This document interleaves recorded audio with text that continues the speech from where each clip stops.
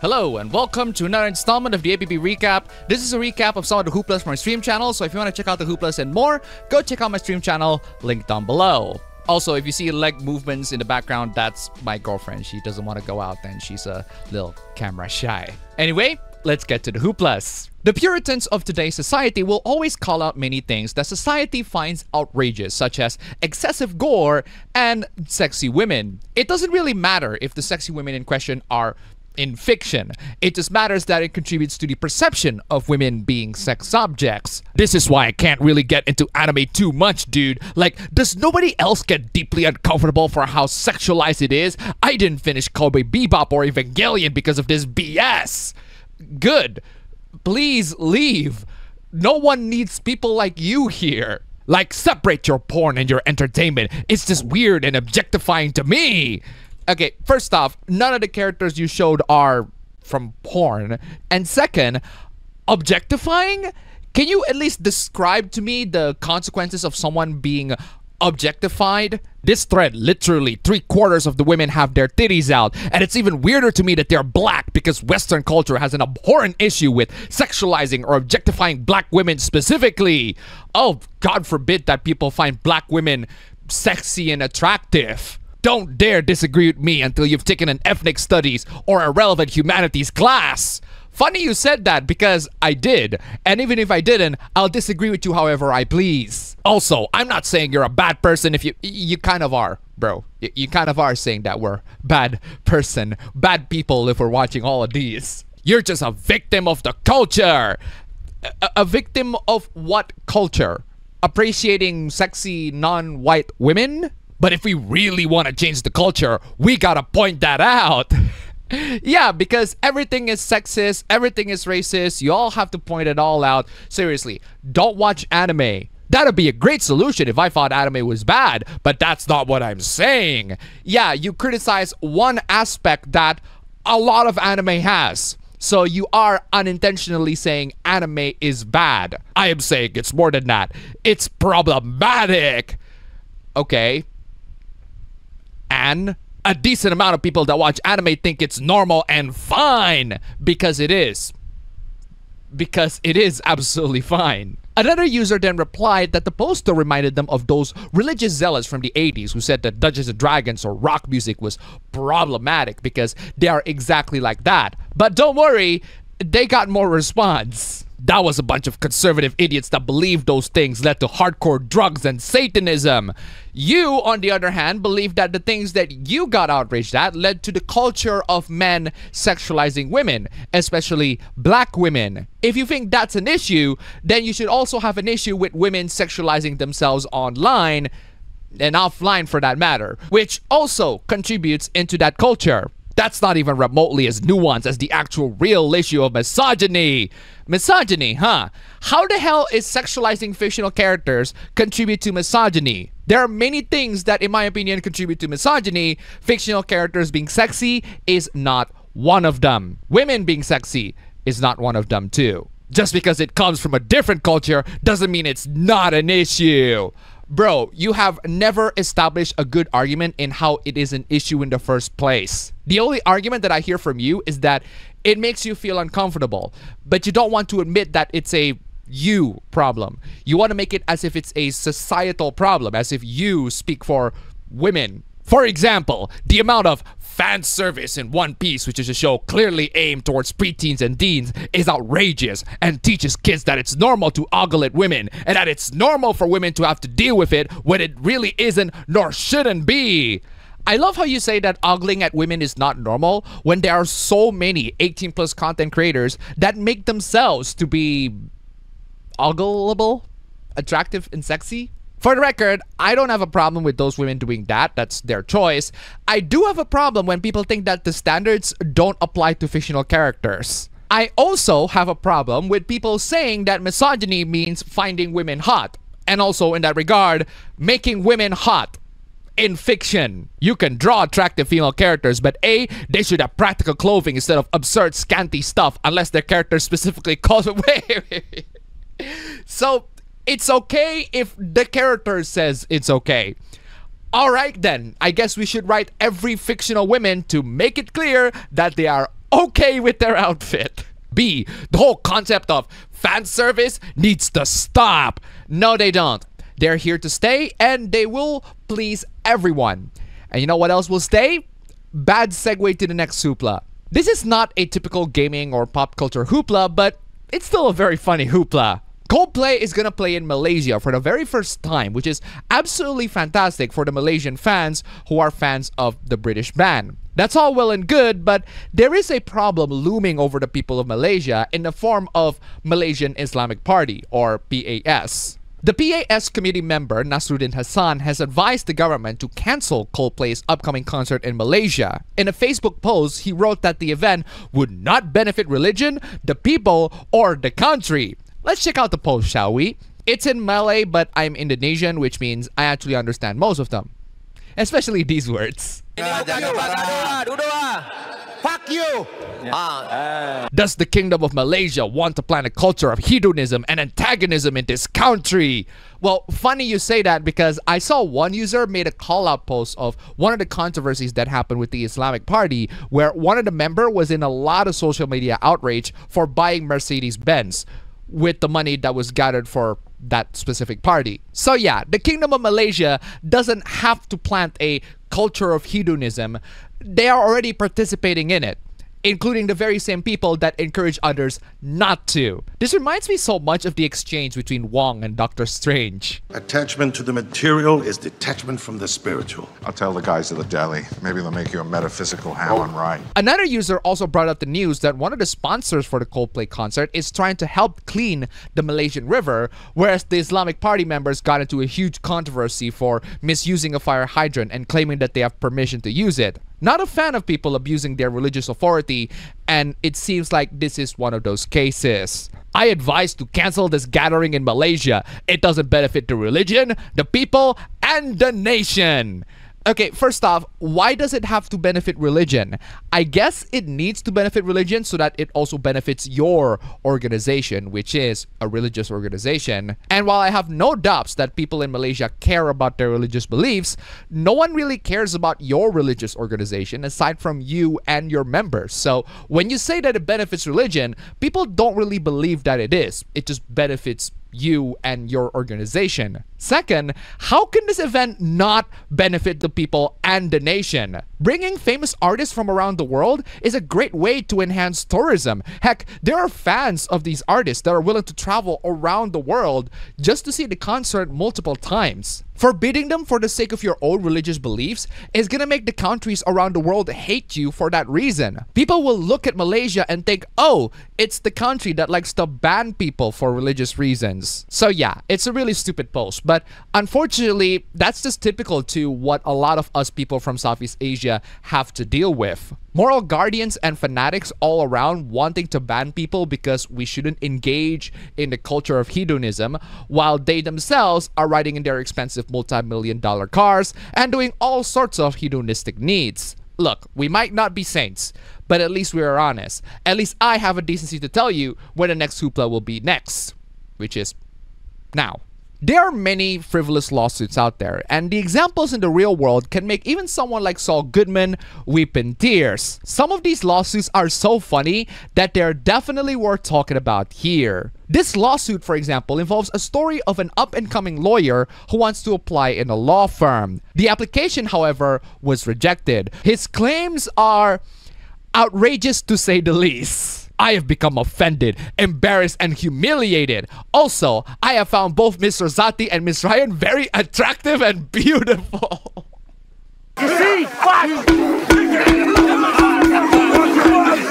Yes, those words were actually uttered in a legal document.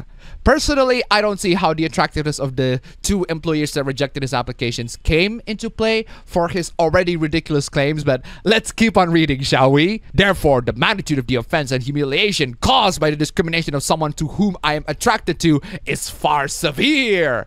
Okay, in case you missed what the guy is saying through this formal legal speak, what the guy's trying to say is, my feelings hurt much more because these people who rejected me are hot. Unfortunately for you, however, you are maidenless. I would have been employed and start to work in April 2021. Thus, it also resulted in financial loss to me.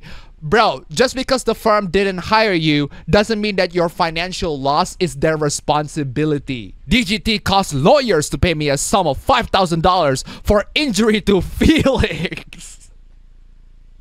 Ah yes, ladies and gentlemen, let's sue someone because their feelings are hurt. A feeling, a feeling, a feeling. We're not talking about feelings. We're talking about facts. Both Miss Rosati and Miss Ryan separately to write "I like men" by hand using a red ink pen on a piece of paper with no less than 10 times and scan and email this writing to me. You need to seek professional help. Of all the punishment that this person wants to give to these women, it's something that your grade school teacher would give you. Whatever, man. Good luck with your lawsuit. See if the judge is going to charge you with wasting their time and hurting their feelings too.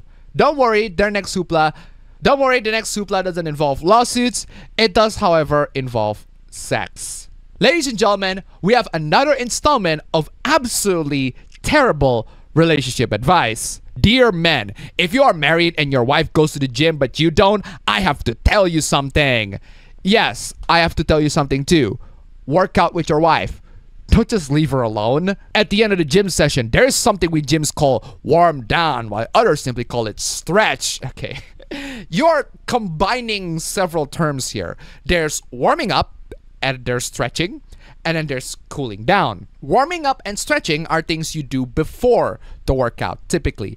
And even then, you don't really need to do it too much. Cooling down is something you do after the stressful workout, and typically, you have to do that. So, what's your point again? Your wife will lie on the ground and facing up, her arms spread in surrender while the gym instructor stands between her legs. This is why we have a women's only gym. Maybe have your wife go there instead. He will then take one of her legs and stretch it to the extreme and until she unleashes some sound that I can guarantee. Okay, dude, you don't have to describe the last gym porn that you watch in detail to everyone. Please. What you're trying to say is the gym instructor is gonna please your wife. Then just say that. I don't need to know the freaking details, you absolute creep. You need to see what these women wear to the gym to understand this pose. Yeah, women's gym workout suits are pretty tight and to some people, even attractive. And what's your point? The institution of marriage is being burnt alive in these gyms. Not really. I think it's just a case of you not going out with your wife to the gym or not letting her go to the women's only gym. As an elder, I must warn you that gym instructors are replacing us. Replacing you in pleasing your wife? Bro, I think that says a lot more about you than the gym instructors in question. You suck at pleasing your wife, bro. We either go to the gym with these ladies or ban gym visits altogether. Yeah, I suggested the former many times before, and I also suggested women's only gym, which exists, and you are just a moron. And as for banning women to go to the gym, if you have to control your wife so much that you don't even let them do their activities, you really are a bad husband. Let's get to the next hoopla. There are loads and loads of ideas being shared around the internet. Some of the ideas are apparently pretty dangerous. How dangerous are they? Well, apparently they're dangerous enough to cause a destruction upon an entire community. Or at least according to this person. This is the most dangerous idea in the entire FGC. FGC is fighting game community, by the way. The brilliant fighting game community. No, I just got body in my face. Oh my god! Holy shit! So what is this idea that is so dangerous? I don't care about politics, religion, or identity you go by. Just run this ad! Yeah, I agree with this idea. How is this dangerous? That quite literally means you place your ability to play a game against another person as being far more important than the things that define their existential effect as a human being upon your fellow human beings. Yes. Yes! Yes, yes, yes, yes. Yes! No one really takes into account at your backstory and where you come from when you are a player or an athlete. If that really matters, then the person who wins will always be the person who is the most oppressed socially. Imagine a chess match between Anand and Carlsen, and Anand wins because he's brown and Carlsen's white. If you think you're above politics, as in the policies you support as they relate to your own personal ethos, then you're basically saying that you think you're above both the human connection and the human condition. Yes, if we are in a field where we are all equal and we are all competing against each other fair and square. It's like you don't understand how competitions work. While it's nice to act as if the spirit of competition transcends all barriers and the effects of politics that those barriers imposes, it doesn't. Okay, please tell me what kind of political issues that we are ignoring while we are enjoying our sports and seeing people playing sports. Was the World Cup more important than the human rights abuse committed to build a hastily constructed stadium for it? Well, I can give you two answers. I can give you the moral answer, which is obviously no, but I can also give you the immoral answer, which is yes, it doesn't matter, because people love sports and they love to watch sports. Oh, how dare we people try to have fun at the expense of other people's misery, of which we have absolutely no control over? I chose the immoral answer because you clearly don't like immoral people and I just like to annoy you. But putting that aside, what the hell are we as sports fans or fans of insert any competitive matches in general are supposed to do about the behind the scenes corruption committed by the organizations? Why is the blame being shifted to us? And what does all of that have to do with the competition itself? How wild it would be to have a grand final at EVO between someone who, outside of competition, was simply seeking to live as a human being they felt they were, versus someone that supported the eradication of people just like the one they were playing against? I don't think that's gonna happen because I'm pretty sure all sorts of competitions have strict rules about the kinds of players that can participate in the tournament. And now that you bring that up, I want to ask you a question. If there's a player who is trans and a player who is a transphobic Muslim, who are you going to disqualify? While there's still the notions that those things didn't matter in the moment of play, it doesn't. It really doesn't. The only time where it does is when the competition organizer says it does. And if they dare to impose such a rule, no one's gonna play there because the one who wins will be the one who gets the most oppression points. It's not a fair playing field, which is to be expected from a community torn between being functional adults and holding steadfast to arrested development. Yeah, I don't know if you've ever interacted with anybody in the FGC, but they're very clear on the fact that they don't want to be adults. And I'm just saying, pretending that you're the adult in this conversation actually makes you more immature than the adults in the fighting game community. At least they embrace the fact that they are immature. You, on the other hand, hide yourself behind the mask of maturity while being immature yourself, out of fear that growing up and taking a more nuanced view of the world around you and your place within it will somehow drain you of your shonen superpowers. Yes, actually, having to listen to your worldview and acknowledge the struggles and harshness of the human condition is not fun. People do not want to solve the world's problems when they are playing games. People want to play games when they're playing games. You have to be so up your ass pretentious to come into these spaces when people have fun and tell people that they shouldn't have fun because real people are struggling. How about you go help them yourself? You know people's views and positions can affect the outcomes of lives outside of running sets, right? Yes, they can. But to suggest that it matters during the set is contradictory to what you just said earlier. The saddest shit I have to do is explaining this to presumably functioning adults.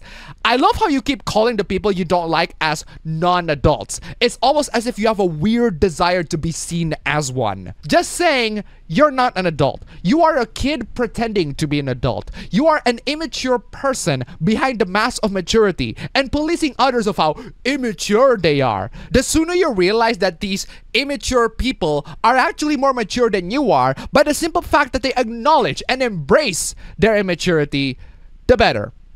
Next hoopla.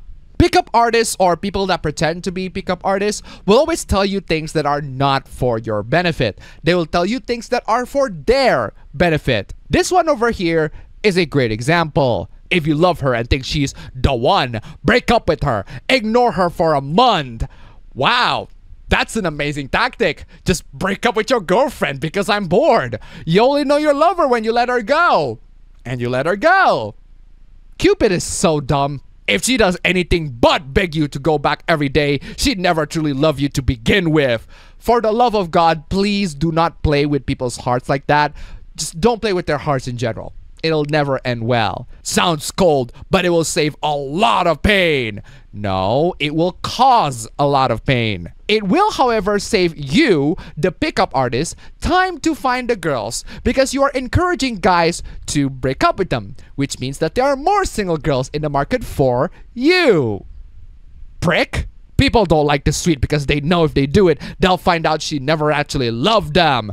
No, they don't like that tweet because you told people to break up with their loved ones just to see if they are the one. And they also do not like you because you are trying to make more and more girls available in the dating market for your own personal benefits. Don't be mean to her. Don't be cruel. Ah, yes, because breaking up with her is not mean and cruel at all. I mean, granted, there are cases where breakups is the best thing to do, but this ain't it. But break up, distance yourself, and let her reveal how she feels with her actions. At best, she's gonna ignore you and move on to another guy, who might presumably be the pickup artist himself. At worst, she kills herself. If you settle down with someone who's untested, you deserve a broken heart and 50% of your net worth taken away. Well, if you break up with someone just to see if they are the one, you too deserve to have a broken heart and 100% of your net worth taken away. How about that, bitch?